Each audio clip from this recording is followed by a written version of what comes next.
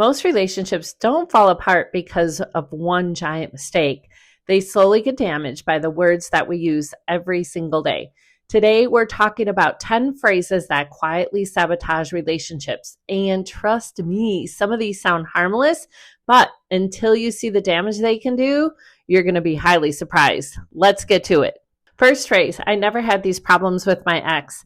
Nothing says I value our relationship more than comparing an ex during an argument. Ugh. When you compare your partner to a former partner, you're basically telling them they're being graded against someone they can never compete with. Here's an example. You tell your partner that you wish they would communicate a bit more, and then they are going to respond with, I never had this problem with my ex. Now the conversation isn't about communication anymore. It's about comparison, and nobody wins that game. Second one is, you never do this, you never do that.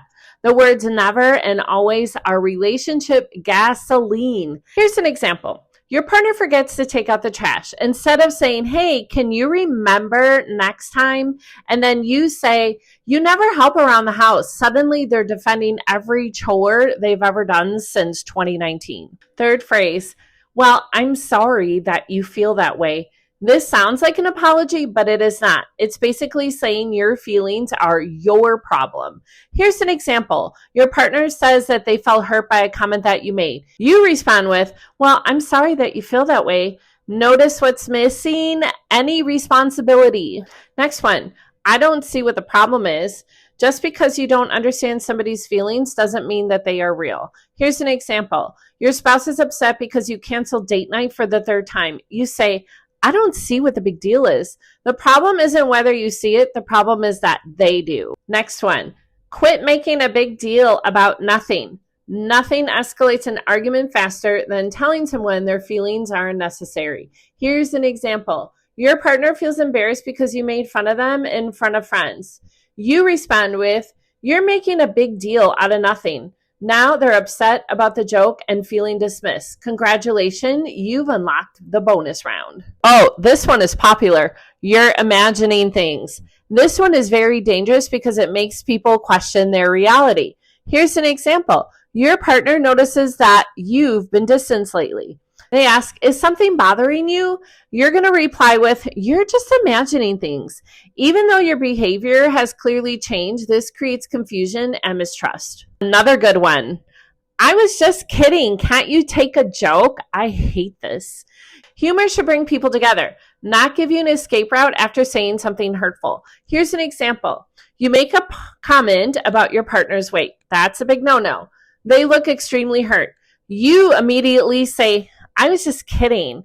If nobody's laughing, it might not even be a joke. Your feelings are not my problem.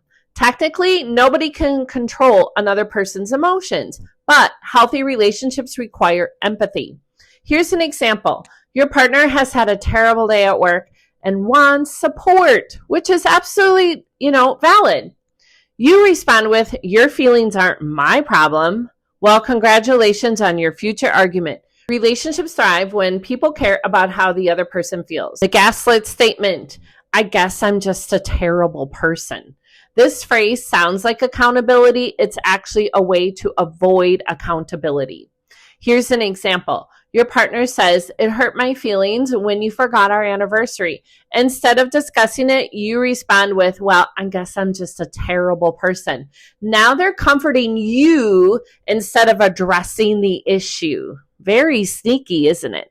Last but not least, number one, it's in the past. Why can't you just get over it? Time does not heal all wounds that were never addressed. Here's an example. Your partner brings up a betrayal that still hurts you. Your response is, it happened a year ago. Get over it. The issue isn't that it happened in the past. The issue is that the pain, it is still present. Healing happens when people feel heard, not rushed. Now, if you have used some of these phrases before, do not panic whatsoever. Most of us have. I have myself as well. The goal here isn't perfection. The goal is to bring awareness. The next time you're frustrated, try replacing blame with curiosity. Instead of making a big deal out of nothing, try this. Help me understand why this is important to you. One sentence can definitely start a fight. Another sentence can save a relationship. So which one of these phrases have you heard the most? Or maybe you even caught yourself saying one of these phrases. Let me know down in the comments. If you enjoyed this video, don't forget to like and subscribe, share with your friends. Thank you everybody for watching. Have an amazing day. Bye.